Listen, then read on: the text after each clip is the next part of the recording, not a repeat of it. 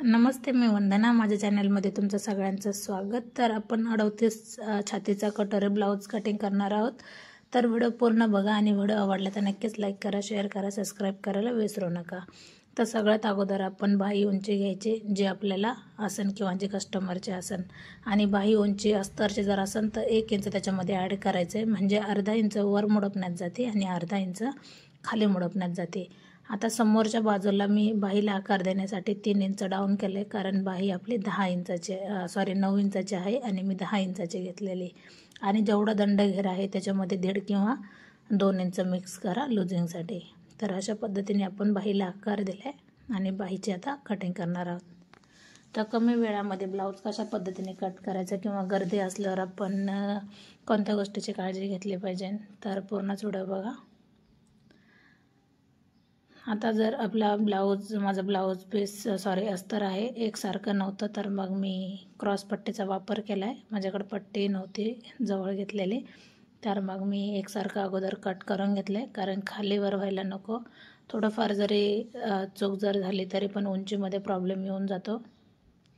उंची असू द्या किंवा आपलं बाहीची साईड असू द्या कोणती पण, तर अगोदर कधी पण अस्तर आपल्याला एकसारखं करून घ्यायचं. माझ्याकडून राहून गेलं तर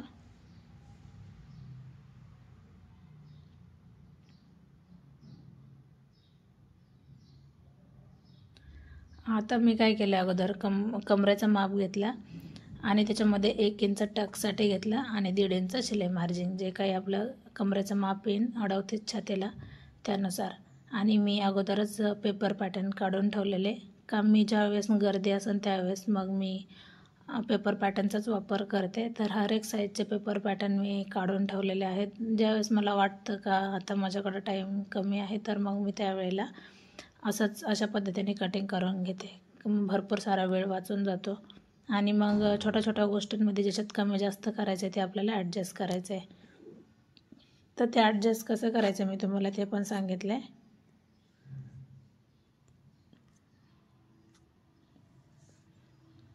आता मी ह्याच कस्टमरसाठी अगोदर 2-3 ब्लाऊज शिवलेले, तर त्यांच्याच साईजचा हा मी पेपर कटिंग अगोदर करून घेतलेला. तर मला काही अडचण आली नाही. मग मी डायरेक्ट हाच जे पेपर आहे तोच मी ठेवून कटोरी ब्लाऊजची कटिंग केली. मी पेपर कटिंग पण 38 साईजची दाखवलेली आहे. नसन पाहिली तर जाऊन बघा, म्हणजे तुमच्या लक्षात येऊन जाईल. आता 80 पॉईंटमध्ये अस्तरमध्ये मी हे पूर्ण पॅटर्न बसवले. तर आपल्याला कशा पद्धतीने ॲडजस्टमेंट करायचं आहे किंवा आपण कसं ॲडजस्ट करू शकतो, तर तुम्ही पाहू शकतात. म्हणजे आपल्याला हर एक पॅटर्न आपला याच्यामध्ये निघला आहे.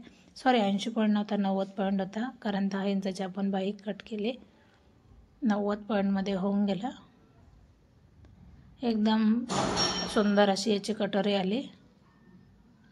का मी याचा झाल्याच्या नंतर मी व्हिडिओ पण अपलोड केलेला आहे, स्टिचिंग व्हिडिओ. नसन पाहिलं तर जाऊन बघा, कारण ब्लाऊज पीसावरून लगेच लक्षात येऊन जातं का कुठला हा ब्लाऊज पीस असू शकतो. कारण मग मी अस्तर कटिंग केल्याच्या नंतर जे मेन ब्लाऊज पीस असतो साडीतला ते पण दाखवते. का त्याचं कारण असं दाखवण्याचं, कारण त्या पीसावरून तरी आपल्याला कटिंग लक्षात येऊन जाते किंवा ब्लाऊज ज्यावेळेस घातल्याच्या नंतर फिनिशिंग पण कळते का याची कटिंग आपण पाहिलेली आहे किंवा कुठल्या ब्लाऊजवर कटिंग आहे.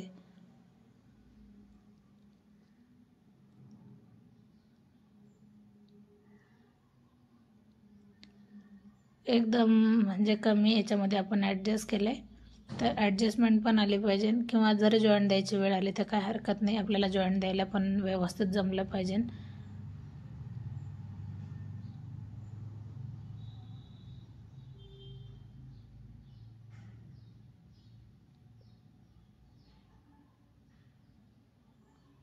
अशा पद्धतीने पाठीचा भाग हा पूर्ण निघला आहे.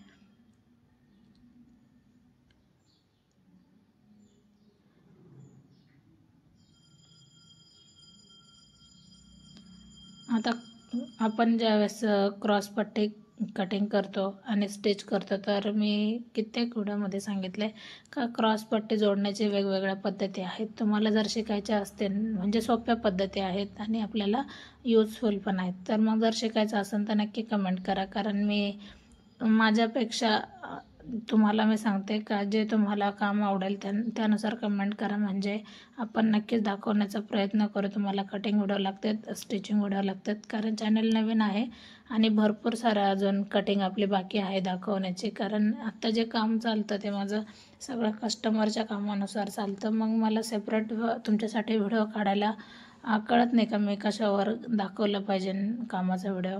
तर मग मी जे कस्टमरच्या कामानुसारच मी तुम्हाला दाखवते. तर तुम्ही तुमची कमेंट करा. तुमची कमेंट कटिंगविषयी असू द्या, स्टिचिंगविषयी असू द्या, मी हर एक कटिंग टाकण्याचा प्रयत्न करेन. तर अशा पद्धतीने आपलं पूर्ण ब्लाऊजची कटिंग झाली. तर आपण 38 साईजमध्ये 37 साईजचा पण पेपर कटिंग करू शकतो किंवा 38 39 साईजचा पण. छोट्या छोट्या गोष्टींकडे लक्ष द्यायचं असतं, त्याच्यामध्येच आपल्याला थोडंफार ॲडजस्ट करून ब्लाऊजची कटिंग ही होऊ शकते. आता हा साडीतला ब्लाऊज पीस होता, काठपदरची साडी होती, त्याच्यात असा हा ब्लाऊज पीस निघाला. तर मी हा व्हिडिओ अपलोड केल्याच्या नंतर माझ्याकडून याचा ब्लाऊज झाल्याच्या नंतरचा व्हिडिओ अपलोड झालेला आहे, पण तो शॉर्ट व्हिडिओ असल्यामुळं मग मी याला ॲड करू शकले नाही. का झाल्याच्या नंतर हा कसा दिसतोय मला हे दाखवायचं होतं, पण मग शॉर्ट व्हिडिओ असल्यामुळं मी याला ॲड नाही केला. पण मी ज्या चॅनलला अपलोड करेन हा व्हिडिओ त्याच्यामध्येच तो शॉर्ट व्हिडिओ पण अपलोड करेन. नक्कीच बघा, म्हणजे तुमच्या लक्षात येईल का हा झालेला ब्लाऊज कसा झाला. तर खूप सुंदर याची फिनिशिंग आली आणि पहिल्यांदाच कस्टमरने माझ्याकडं 2 ब्लाऊज दिलेले आणि हे दोन्ही ब्लाऊज त्यांना छान आल्यामुळं मग त्यांनी आता कंटिन्यू माझ्याकडेच असतात त्यांचे ब्लाऊज. तर त्यांनी त्याच्यानंतर पण 3 ब्लाऊज टाकलेले. तर ज्यावेळेस आपण काम व्यवस्थित करतो तर एकदा जर कोणी नवीन कस्टमर आला तर ते मागं जाता कामा नये. तर कायमस्वरूपी त्यांचे ब्लाऊज आपल्याकडेच आले पाहिजे. तर त्याच्यासाठी आपल्याला हर एक गोष्टीची काळजी घेतली पाहिजे. उदाहरणार्थ आपण प्रेस करणं असू द्या, ब्लाऊज पिसाला असू द्या किंवा अस्तरला असू द्या, आपले स्टिचिंग व्यवस्थित पाहिजे, आपलं काम व्यवस्थित पाहिजे. आणि ज्यावेळेस आपण ब्लाऊज पाठीमागं रिटर्न करतो झाल्याच्या नंतर तर त्यावेळेला प्रेस करून दिला पाहिजे. ह्या छोट्या छोट्या गोष्टींची काळजी जर घेतली तर नक्की कस्टमर टिकतात आणि आपल्याला पण छान वाटतं का आपलं काम व्यवस्थित जर असेल तर आपण 2 पैसे जरी जास्त मागितले तरी कोणी पण द्यायला एकदम पटकन नाराजी होऊन जातं. तर ह्या छोट्या छोट्या गोष्टींची काळजी घ्या.